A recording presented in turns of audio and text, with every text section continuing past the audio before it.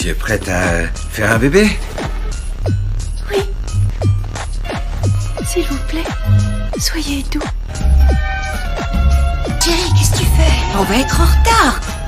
Je sais pas, il me semble qu'il y a un malentendu quant à la façon dont nous allons procéder pour le bébé. Xiao Mei reçoit une notification, lui annonçant qu'elle va être expulsée du pays. Cette nouvelle la plonge dans la panique. Elle ne veut pas retourner en Chine. Gabi lui demande de ne pas s'inquiéter et lui promet qu'elle cherchera une solution avec Carlos. Après avoir discuté avec les services de L-Immigration, Gabi et Carlos proposent à Xiao Mei de devenir leur mère porteuse. Ainsi Xiao Mei pourrait rester aux États-Unis et eux pourraient enfin avoir leur propre enfant. Une solution qui semble satisfaire tout le monde. Mais en entendant cette proposition, Xiao Mei montre immédiatement son refus. Je fais un bébé? Non! Chamé, tu n'as pas le choix là. Ou c'est ça, ou t'es réexpédié en Chine. Non, pas de bébé!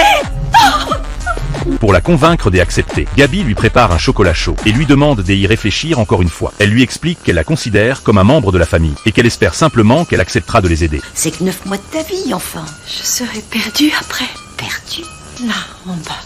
Ben, tu es vierge? Selon les convictions traditionnelles de Xiao Mei, avoir un enfant signifie perdre sa pureté, et cela risquerait de compromettre son futur mariage. Les paroles de Xiao Mei amusent autant qu'elles surprennent Gabi. Elle lui explique qu'aux États-Unis, personne ne juge une femme sur ce genre de choses. Après de longues explications et beaucoup de réconfort, Xiao Mei finit par accepter. Mais le lendemain, au moment de partir pour l'hôpital, Xiao Mei enlève soudain tous ses vêtements devant Carlos, puis elle s'allonge timidement sur le lit, en lui demandant doucement d'être gentil avec elle. Carlos est complètement pris au dépourvu. À cet instant, Gabi vient les presser de partir et découvre la scène de ses propres yeux. Carlos s'empresse de lui expliquer que Xiao Mei a certainement mal compris ce que signifiait être une mère porteuse. Oh, je vois. Et est-ce que tu avais l'intention d'éclairer sa lanterne?